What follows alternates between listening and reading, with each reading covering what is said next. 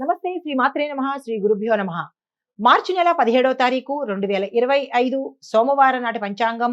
ఈ రోజు సంకష్టహర చతుర్దశి, ఉత్తరాభాద్ర కార్తీ. కార్తులు మనకి మొదలైపోయినాయి. నేటి పంచాంగం ప్రకారము శ్రీ క్రోధినామ సంవత్సరము ఉత్తరాయణము శిశిర ఋతువు పాల్గొన మాసం కృష్ణపక్షం సూర్యోదయ సమయము ఉదయం 6 గంటల 26 నిమిషములకు, సూర్యాస్తమ సమయం సాయంత్రం 6 గంటల 22 నిమిషములకు. ఈ రోజు తిథి తదియ రాత్రి 7 గంటల 34 నిమిషముల వరకు. తదుపరి చవితి తిథి ప్రవేశము. నక్షత్రము చిత్తా నక్షత్రము మధ్యాహ్నం 2 గంటల 41 నిమిషములకు. తదుపరి స్వాతి నక్షత్ర ప్రవేశము. వర్జము రాత్రి 9 గంటల 6 నిమిషముల నుండి రాత్రి 10 గంటల 54 నిమిషముల వరకు. దుర్ముహూర్త సమయం మధ్యాహ్నం 12 గంటల 48 నిమిషముల నుంచి మధ్యాహ్నం 1 గంట 36 నిమిషముల వరకు.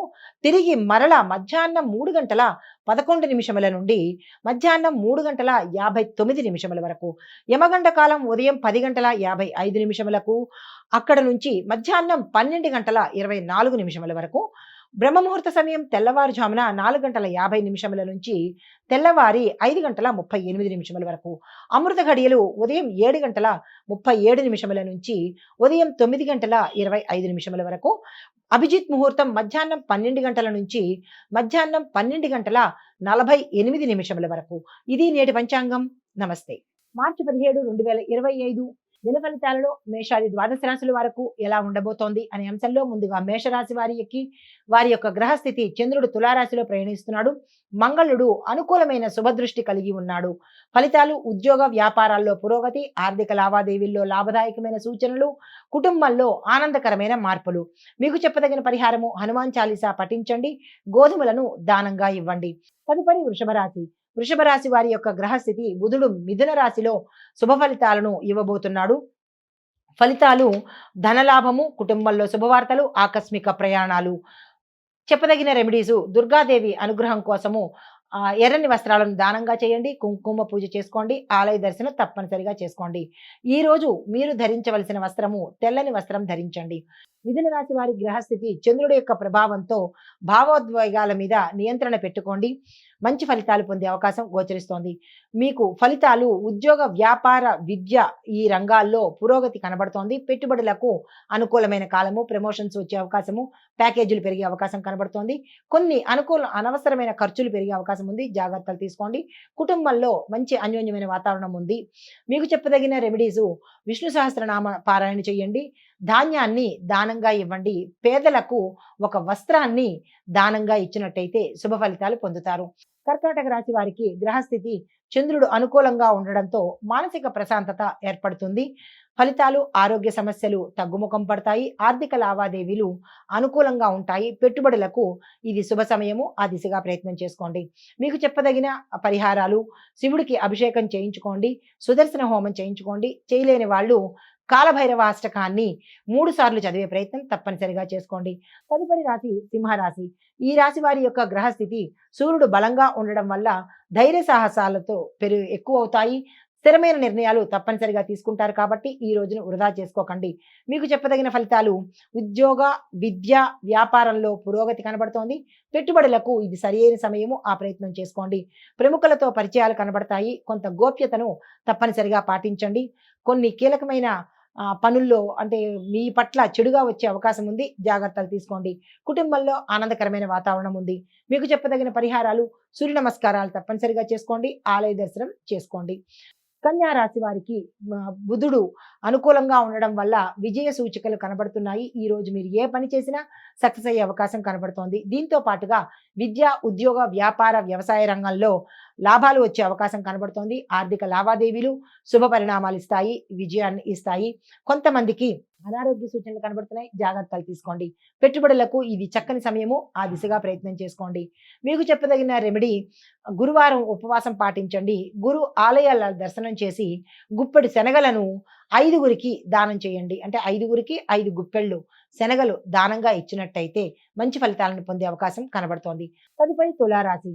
ఈ రాశిలో ఉండేవారికి శని ప్రభావం వల్ల కొంత ఒత్తిడి, జాప్యత, స్థిరత్వం లేకపోవడం కనబడుతోంది. జాగ్రత్తలు తీసుకోండి. ఫలితాలు కోర్టు వ్యాజ్యాల్లో కొంతమందికి జయము, మరి కొంతమందికి అపజయము. తీర్పు మీ పట్ల రాని స్థితి. కుటుంబ సమస్యలు ఎక్కువగా ఉంటున్నాయి. జాగ్రత్తలు తీసుకోండి. అనవసరమైన ఖర్చులు పెరిగే అవకాశం ఉంది. ప్రయాణాల్లో నష్టపోయే అవకాశం ఉంది. ఆర్థిక లావాదేవీలు చేసేటప్పుడు జాగ్రత్తలు తప్పనిసరిగా తీసుకోండి.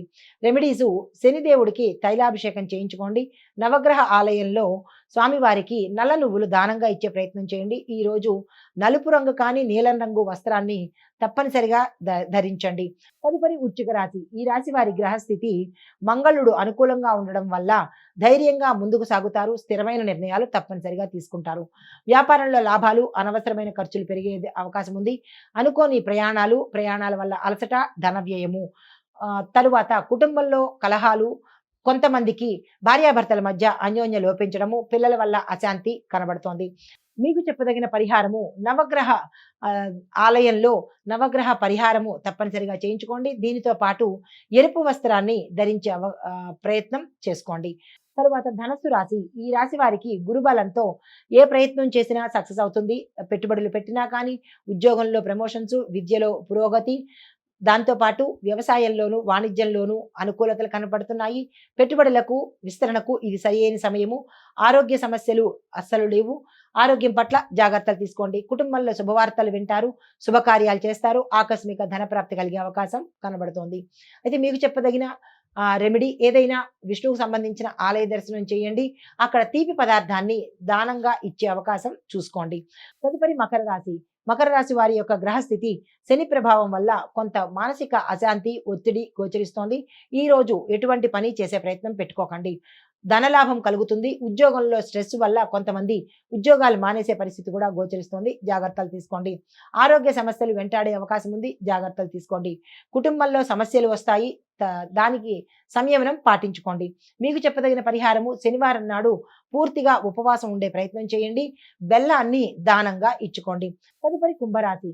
వీరి యొక్క గ్రహస్థితి రాహు ప్రభావం వల్ల మానసిక అశాంతి, కేతు ప్రభావం వల్ల దైవ ధ్యానంలో గడిపే అవకాశం కనబడుతోంది.